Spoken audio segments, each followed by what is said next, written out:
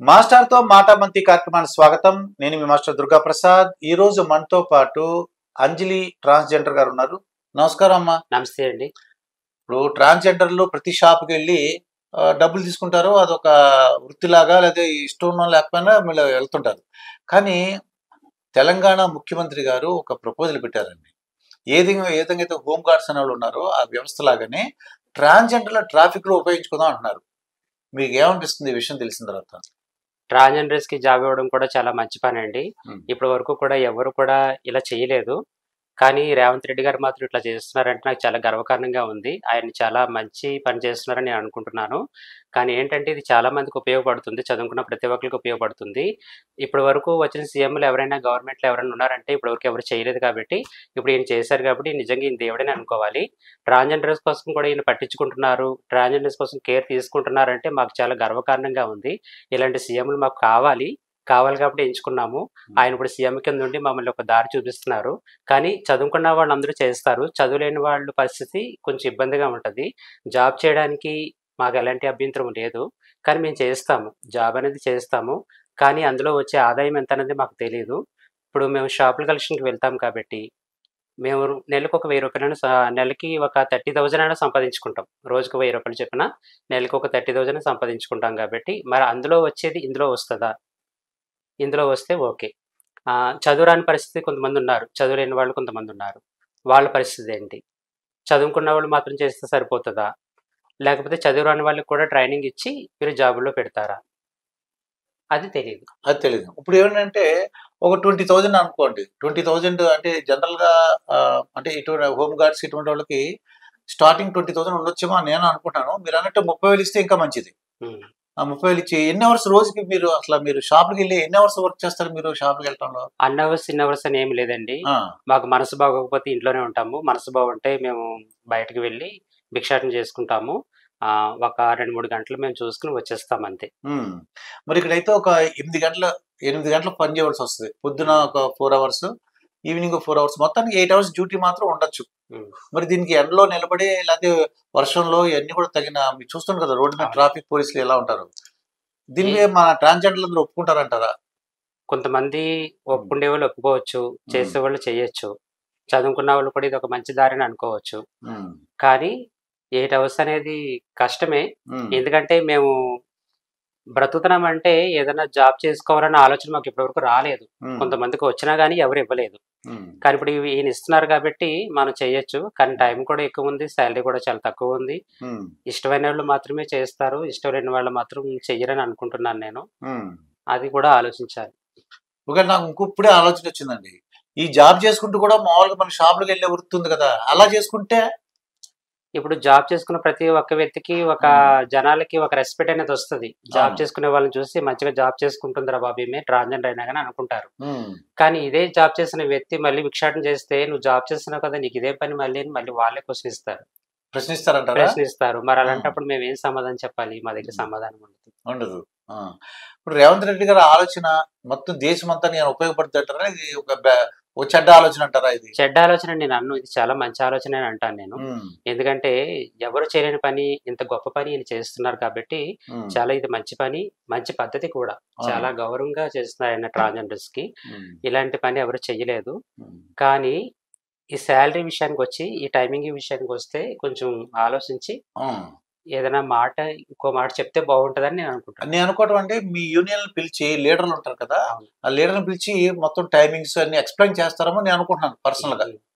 అలా చేశారనుకోండి ఇది అంటే మీ యూనియన్ వాళ్ళకి లేకపోతే మొత్తం మీ పెద్దవాళ్ళు ఉంటారు కాబట్టి ఈ ట్రాన్స్జెండర్ లో పెద్ద నాయకులు కానీ లేకపోతే పెద్దవాళ్ళు కానీ చీఫ్ మినిస్టర్ గారితో మాట్లాడి టైమింగ్స్ ఫిక్స్ చేసి అమౌంట్ ఫిక్స్ చేశారనుకోండి, ఇది అప్పుడు అందరు ముందుకు వస్తారా? ఎంత టైమింగ్ ఫిక్స్ చేసినా ఎంత అమౌంట్ ఫిక్స్ చేసినా కానీ మినిమం ఒక 20,000 సాలరీ చేసిన ప్రతి ఒక్కరికి ఒక 20,000 కానీ ఎవరైనా ఎక్కువ ఇవ్వరేమో అని నేను అనుకుంటున్నాను. ఎందుకంటే మాకు చాలా ఖర్చులు ఉంటాయి, తెలియని ఖర్చులు ఉంటాయి.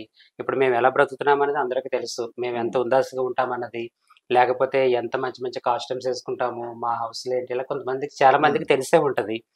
కానీ ఈ 20,000 అనేది రెంట్లు చూస్తేనే చాలా ఎక్కువ ఉంటాయి కదా. హైదరాబాద్ సిటీలో రెంట్లు చూస్తేనే చాలా ఎక్కువ ఉంటాయి. మినిమం ఒక 10,000 లేనిది మనకి రెంట్ హౌస్ రాదు. మంచి హౌస్ రావట్లేదు. కానీ దాని ప్రకారంగా ఆలోచిస్తే తినడానికి, రెంట్ కట్టుకోవడానికి సరిపోతే తప్ప, మన కష్టాలు ఇంకేమన్నా ఉన్నా, హెల్త్ ఇష్యూలు వచ్చినా, మనం ఎవరికైనా పెట్టుబడులు పెట్టుకోవడానికి వెళ్ళినా, ఫంక్షన్‌లకి దానికి దీనికి వెళ్ళినా చాలా ఖర్చులనేవి ఉంటాయి కదా! ఈ 20,000 సరిపోవని నా అభిప్రాయం. అయితే ఇంకా మీకు ఈ దేశం అంతా అమలుపరిచారు కూడా. అంటే రేవంత్ రెడ్డి గారు ఒక ఆలోచన వచ్చింది. ఇంకా మీకేమైనా కోరికలు ఉన్నాయా? మీకేమన్నా అంటే ఇప్పుడు ఈయన ఒక ప్రపోజల్ పెట్టారు. ఇలాగే ఇంకేమైనా చేయగలరంటారా? ఆయన చేస్తారండి. ఆయన చేసే పనులు చాలా పనులున్నాయి. అందులో ఇది ఫస్ట్ చేస్తున్న పని కాబట్టి, దీనివల్ల ఇంకా మాలాంటి వాళ్ళు సక్సెస్ అవుతారని కోరుకుంటున్నాను. కానీ ఇలాంటి పనులు ఇంకా మంచి మంచిగా చేయాలి. కాకపోతే మాకొచ్చే ఆదాయాన్ని ఆయన దృష్టిలో పెట్టుకొని, ఆయన ఇచ్చే సాలరీని కొంచెం పెంపొందించాలి. అది. దానికోసం మేము అనుకుంటున్నాం. అదే మీకేంటంటే మీరు షాప్‌కెళ్తే గ్యారంటీగా మీకొచ్చేది 30,000. వస్తది. 30,000 వస్తది. వస్తది. వస్తది. అంటే దానికి తక్కువైతే మళ్ళీ కొద్దిగా వీళ్ళు ఇబ్బంది పడతారు. ఇబ్బంది పడాలి. ఇప్పుడు 10,000 రెంట్‌కే పోతది. 10,000 మేము తినడానికి పోతది.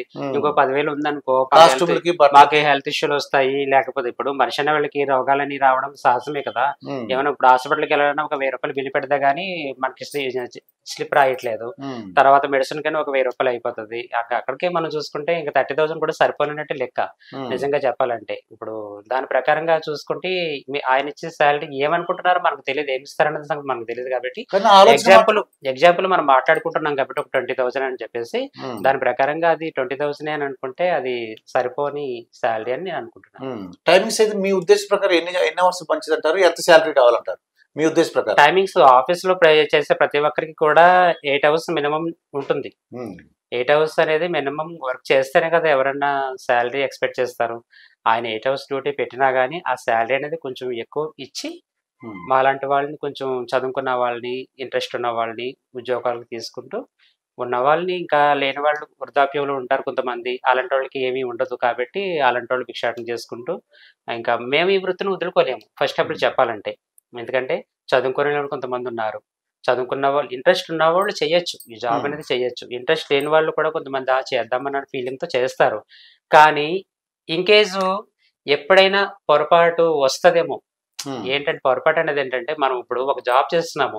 ఇదే కంటిన్యూ అవుతున్నాం అనుకోండి, అన్‌ఎక్స్‌పెక్టెడ్‌లీ ఎవరైనా వచ్చి తీసేసారనుకోండి, అప్పుడు మన బ్రతుకు రోడ్డు మీద పడిపోద్ది కదా! అప్పుడు ఆలోచించేటోళ్ళు ఎవరుంటారు? ఇవన్నీ మీ డౌట్ నాకు అర్థమైంది. ఇప్పుడు రేవంత్ రెడ్డి గారు ఆయన ఉన్నంత వరకు ఆయన ప్రపోజల్ బానే ఉంది. ఒకవేళ ఆయన ఏ ప్రైమ్ మినిస్టర్ లేకపోతే ఇంకో ఏదైనా ప్రపోజల్ ఇంకోలాగా ఏ గవర్నరో లేకపోతే ఏదో అక్కడికి వెళ్ళారనుకోండి, ఇంకో గవర్నమెంట్ వచ్చి వాళ్ళు తీసేస్తే మీకు ఇబ్బంది అవుతారు. ఇప్పుడు గవర్నమెంట్ అనేది ఒకటే ఉంది కాబట్టి ఇప్పుడు మనకు చేస్తున్నారు. ఈయన చేస్తున్నారు మంచి పద్ధతిగా, మంచిగా చేస్తున్నారు. నెక్స్ట్ ఎవరు వస్తారన్నది అంటే గవర్నమెంట్ లో మారుతుంటాయి కదా, అలాంటి వాళ్ళు మరి మా బ్రతుకు మీద పడితే మరి మేమేం చేయాలి అప్పుడు?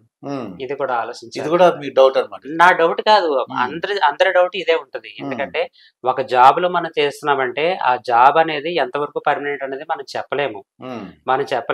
ఇన్ కేస్ అది పర్మనెంట్ జాబ్ ఇంకెవరు తీరంటే ఓకే, నెక్స్ట్ వచ్చిన వాళ్ళు కూడా తీయరు కదా.